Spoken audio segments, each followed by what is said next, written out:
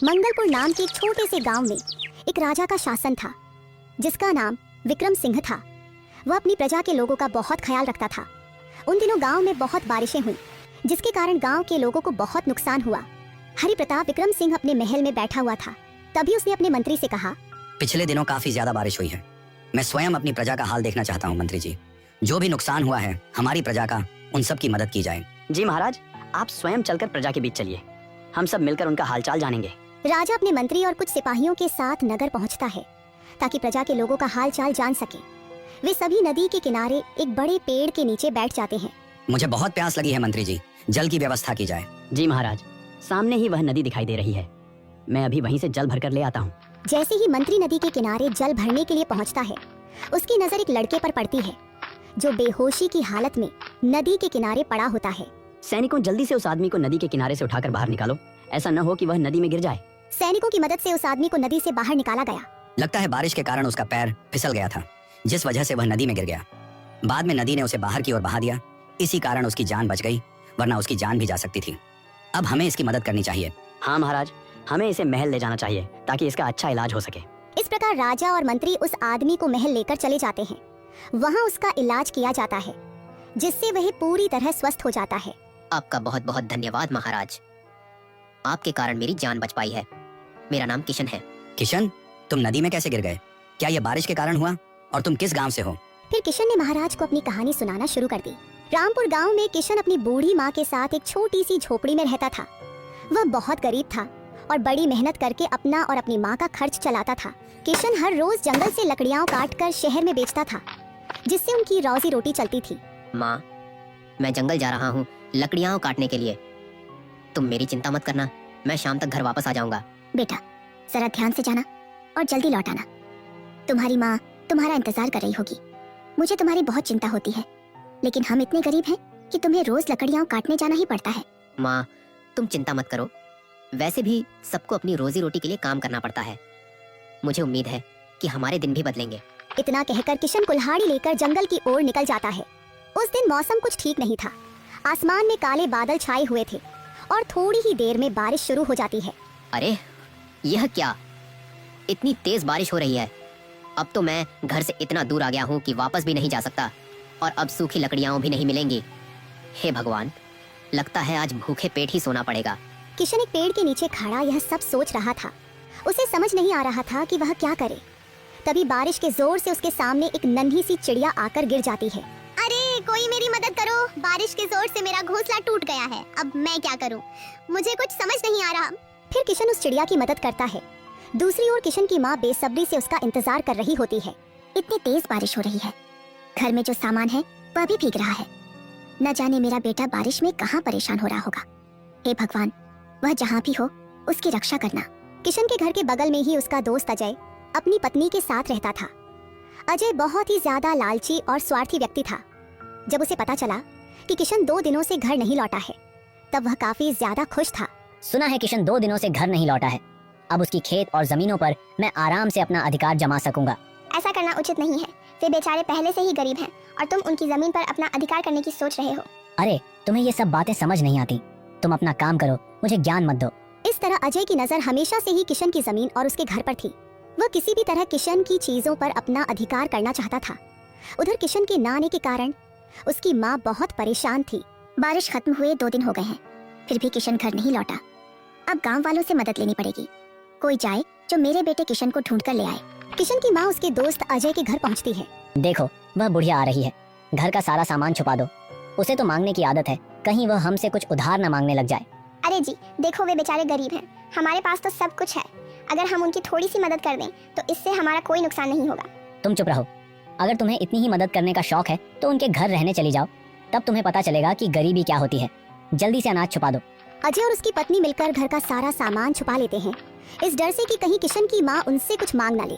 बेटा अजय, जरा बाहर आओ। अरे माता जी, आप यहाँ? आप ठीक तो हैं? और किशन कहाँ है? वह दिखाई नहीं दे रहा। बेटा, मुझे तुम्हारी मदद की जरूरत है, मेरी सहायता करो बेटा। अगर तुम किशन के सच्चे दोस्त हो तो तुम मेरी बात जरूर समझोगे। ये बुढ़िया जरूर खाना मांगने आई है। जी माँ जी, बताइए, मैं आपकी सहायता कैसे कर सकता हूँ? बेटा, परसों बहुत भयानक बारिश हुई थी। मेरे पूरे घर में पानी भर गया है। और ऊपर से किशन भी 2 दिनों से घर नहीं लौटा है। तुम जरा जंगल की ओर जाकर देखो कि किशन अब तक घर क्यों नहीं लौटा। इस बुढ़िया की बात तो सही लगती है। क्यों ना मैं जंगल जाकर देख आऊं कि किशन कहाँ है। मुझे तो लगता है कि किसी जानवर ने उसे मार डाला होगा। अगर मुझे यकीन हो जाए कि किशन मर चुका है तो मैं आसानी से उसकी जमीन पर कब्जा कर सकूंगा। अगर मैंने पहले ही उसकी जमीन पर कब्जा कर लिया तो कहीं ऐसा ना हो कि वह वापस आ जाए और अपनी जमीन मुझसे वापस ले ले और मेरी सारी मेहनत बेकार हो जाए। माँ जी, आप चिंता मत कीजिए, आप मेरे घर पर ही रहिए। आखिर मैं किशन का दोस्त हूँ तो आपका भी बेटा ही हुआ ना। आप निश्चिंत होकर मेरे घर पर रहिए, मैं अभी जाकर किशन को ढूंढ लाता हूँ। अजय की पत्नी गीता भी वहीं पास खड़ी थी और वह सोचने लगी, अरे इन्हें क्या हो गया है? अभी तक तो ये किशन की माँ की मदद नहीं करना चाहते थे, लेकिन अचानक उन्हें अपने घर पर रखना चाहते हैं। इन्हें समझना वाकई बहुत मुश्किल है। असल बात यह थी कि अजय किशन की माँ की मदद करने के लिए जंगल नहीं जा रहा था, बल्कि यह पक्का करने जा रहा था कि किशन अभी जिंदा है या नहीं। दूसरी ओर किशन की माँ अजय के घर रहना शुरू कर देती है और अजय किशन की तलाश में जंगल की ओर निकल पड़ता है। आज मेरे पास बहुत अच्छा मौका है। अगर किशन जिंदा होगा तो मैं उसे वहीं जान से मार दूंगा, जिससे किसी को पता भी नहीं चलेगा। सब लोग यही समझेंगे कि किशन को किसी जानवर ने मार दिया है और फिर मैं उसके घर पर आसानी से कब्जा कर लूंगा और उसकी जमीन भी अपने नाम करवा लूंगा। किशन, तुम्हें अपने घर जाना चाहिए। तुम्हारी माँ तुम्हारा इंतजार कर रही होंगी। चिड़िया रानी, मैंने तुम्हारी जान बचाई थी। तब तुमने मुझसे कहा था कि तुम मेरी मदद करोगी ताकि मेरी गरीबी दूर हो सके। क्या तुम्हें अपना वादा याद नहीं?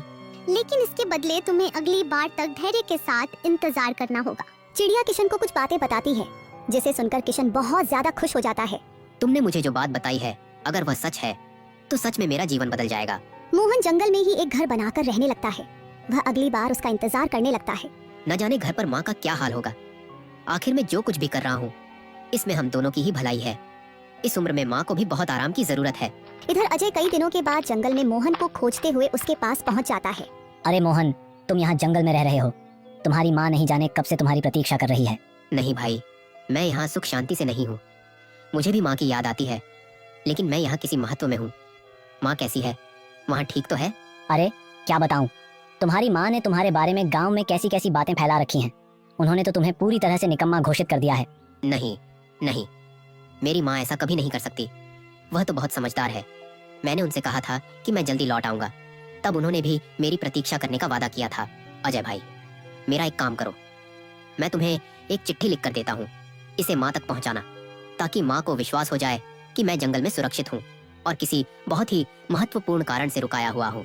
भाई, ऐसा कौन सा महत्वपूर्ण कार्य है जिसके लिए तुमने अपनी बूढ़ी माँ को छोड़ दिया है? मैं इस विषय में तुम्हें नहीं बता सकता। अभी तुम चिट्ठी लिखकर माँ के पास जाओ। तुम मुझे अपना मित्र नहीं समझते तो मैं तुम्हारा यह काम नहीं करूंगा। मैं यहाँ से जा रहा हूँ। मैं तो तुम्हें ढूंढते हुए आया था तुम्हारी भलाई के लिए, लेकिन तुम्हारे मन में खोट है। नहीं नहीं, ऐसा नहीं है। ये देखो, ये जादुई बीज है। मैं तो अगली बारिश का इंतजार कर रहा हूँ। जब अगली बार बारिश होगी और जब मैं इन बीजों को जमीन में लगा दूंगा, तब ऐसे पौधे होंगे जो कभी बारिश में भीगते नहीं हैं। क्या सचमुच तुम्हें इन बीजों के बारे में किसने बताया? तुम्हारे पास ये जादुई बीज कहाँ से आए? कहीं तुमने चोरी तो नहीं की? नहीं नहीं, मैंने चोरी नहीं की है। तुम्हें याद है, उस दिन बारिश हुई थी और मैं बारिश में फंस गया था। तब एक चिड़िया मेरे पैरों के पास आ गई। जब मैंने उसकी मदद की, तब उसने मुझे ये जादुई बीज दे दिए। सचमुच तुम्हारी बातें सुनकर लगता है कि इन जादुई बीजों का बहुत महत्व है। ये तो तुम्हारे बहुत काम आएंगे। चिड़िया ने कहा है कि इन जादुई बीजों को बारिश के दिन जमीन में लगाने से बड़े बड़े पौधे निकल आते हैं और वे पौधे बारिश में भीगते नहीं हैं। उनमें बहुत सारे फल और फूल भी लगते हैं। अब मैं फलों और फूलों का व्यापार करूंगा और मेरी सारी गरीबी दूर हो जाएगी। मेरे रहते तो मैं तुम्हें ऐसा कभी नहीं करने दूंगा। केवल एक चिड़िया की मदद करने से तुम इतने धनवान हो जाओ और मैं गरीब रहूं, ऐसा नहीं हो सकता। और माँ को समझा देना, मैं कुछ दिनों में लौट आऊंगा। तभी अचानक बारिश शुरू हो जाती है। अजय और किशन दोनों झोपड़ी में छुप जाते हैं। उसी दौरान अजय के दिमाग में एक योजना आ जाती है। अगर मैं किशन को नदी के किनारे ले जाकर उसमें धकेल दूं और यह बीज उससे ले लूं, तो जादुई पेड़ का सारा लाभ मुझे मिल जाएगा। अब तुम घर कैसे जाओगे? इतनी तेज बारिश हो रही है। तुम यहीं ठहरो, मैं यह जादुई बीज जमीन में लगा कर आता हूँ। नहीं नहीं दोस्त, मैं भी तुम्हारे साथ चलूंगा।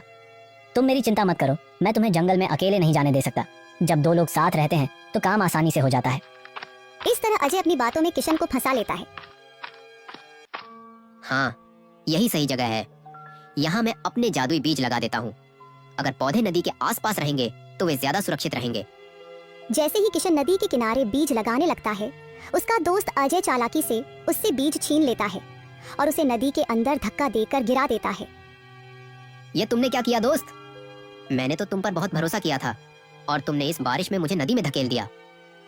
तुम हमेशा से हमारे टुकड़ों पर पलते रहे हो। हमने तुम्हें पनाह दी, तब तुम्हारा पेट भरा, और आज मैं तुम्हें अपने से आगे नहीं बढ़ने दूंगा। ये बीज अगर किसी के काम आएंगे तो वे सिर्फ मेरे होंगे। किशन बारिश में नदी के तूफान में फंस जाता है और डूब जाता है। किशन की यह हालत देखकर अजय बहुत ज्यादा खुश हो जाता है। अब जल्दी से इन बीजों को लेकर अपने गांव चलता हूँ। अब ये जादुई पौधे तो मेरे ही घर के आंगन में उगेंगे।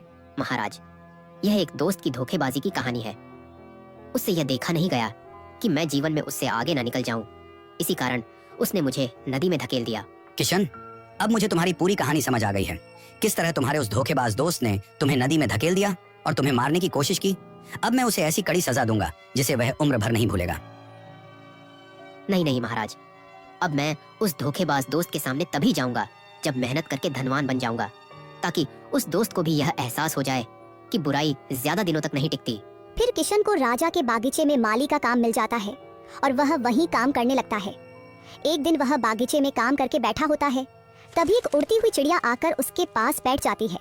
वही चिड़िया थी जिसने उसे बीज दिए थे। उसने आकर किशन से कहा, अरे किशन, तुम राजा के दरबार में कैसे पहुंचे? सब ठीक तो है ना? मैंने तुम्हें जो बीज दिए थे उनका तुमने क्या किया? प्यारी चिड़िया, वे बीज तो मैं खो बैठा हूँ। दरअसल जब मैं बारिश के दिनों में उन बीजों को जमीन में लगा रहा था, तभी मेरे एक धोखेबाज दोस्त ने मुझे धोखा दिया और नदी में धकेल दिया।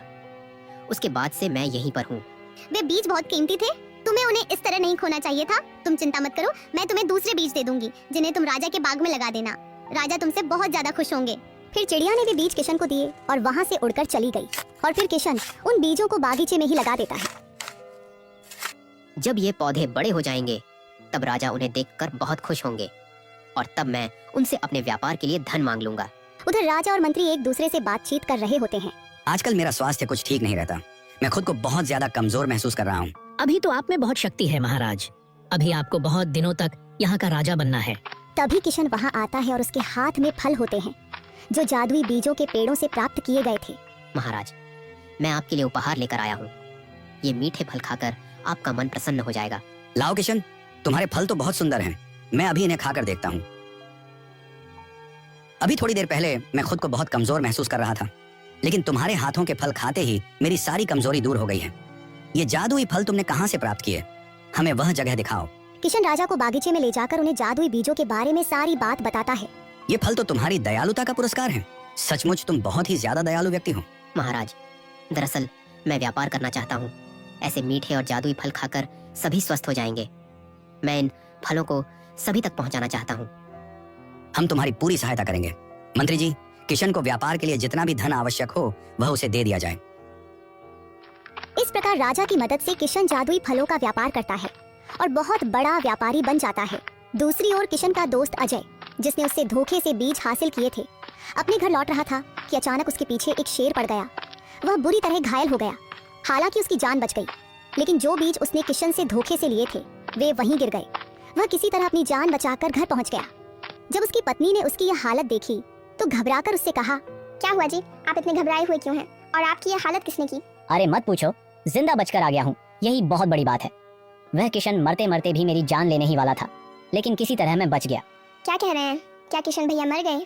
हाँ, किशन नदी में फिसलकर मर गया। लेकिन आपको इतनी चोट कैसे लगी? अरे कितने सवाल पूछोगी, मैं जिंदा बचकर आ गया हूँ, क्या तुम्हें संतोष नहीं है? इस प्रकार किशन की मौत की खबर पूरे गांव में फैल जाती है। हाँ भाई, बारिश के कहर ने किशन की जान ले ली।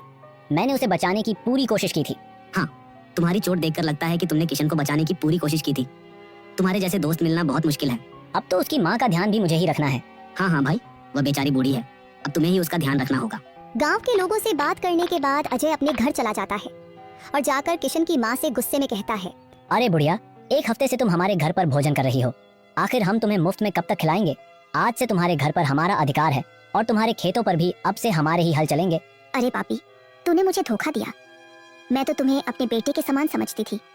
अगर आज मेरा बेटा जिंदा होता तो तुम्हें ऐसा कभी नहीं करने देता। बारिश मेरे बेटे को निगल गई और मैं लाचार हो गई हूँ, लेकिन मैं मुखिया जी के पास जाऊंगी और तुमसे अपना सब कुछ वापस लेकर रहूंगी।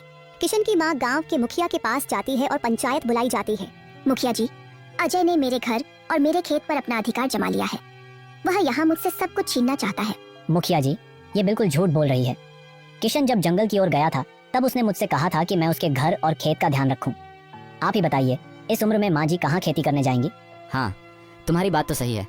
आखिर किशन की माँ का ध्यान तो किसी न किसी को रखना ही पड़ेगा। अरे बुढ़िया, क्या सब कुछ ऊपर लेकर जाओगी? अरे भाई, बदले में ये तुम्हारा ध्यान रखेंगे। तुम्हें दिन में 2 समय का भोजन खिलाएंगे।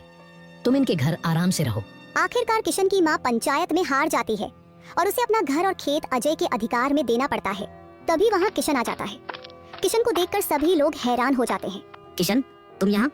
लेकिन अजय ने तो कहा था कि तुम्हारी मृत्यु हो गई थी, कि बारिश के कारण तुम नदी में डूब गए थे। बेटा, तुम जीवित हो? मैंने तो सुना था कि तुम्हें कुछ हो गया है। तुम कहाँ थे बेटा?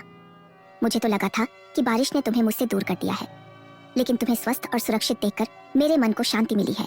माँ, मैं बिल्कुल ठीक हूँ। और देखो, अब मैं एक बहुत बड़ा व्यापारी बन गया हूँ। अब तुम्हें किसी चीज की कमी नहीं होगी। हमारी गरीबी दूर हो चुकी है। तुम्हारे न रहने पर अजय ने मुझे बहुत परेशान किया। उसने हमारा घर और जमीन सब कुछ छीन लिया। अब हमारा समय आ चुका है। हम उससे अपना सब कुछ वापस ले लेंगे। हाँ माँ, दोस्त के रूप में वही मेरा सबसे बड़ा दुश्मन है। उसने मेरे साथ जो किया है वह तो कोई दुश्मन भी नहीं करता। बेटा, अजय ने तुम्हारे साथ ऐसा क्या किया था? फिर किशन ने मुखिया और गांव के सभी लोगों के सामने अपनी पूरी कहानी विस्तार से बता दी। क्या यह सच कह रहा है? तुम इतने नीच कैसे हो सकते हो? तुमने अपने ही दोस्त की जान लेने की कोशिश की है। हम तुम्हें वह पे माफ नहीं कर सकते। अब हम तुम्हें राजा के पास ले जाएंगे। फिर अजय को राजा विक्रम सिंह के सामने पेश किया जाता है और उसे सारी बात विस्तार से बताई जाती है। इसके बाद राजा विक्रम सिंह अजय को उम्र कैद की सजा सुना देते हैं। किशन को उसकी जमीन वापस मिल जाती है और वह अपनी माँ के साथ हंसी खुशी जीवन बिताने लगता है।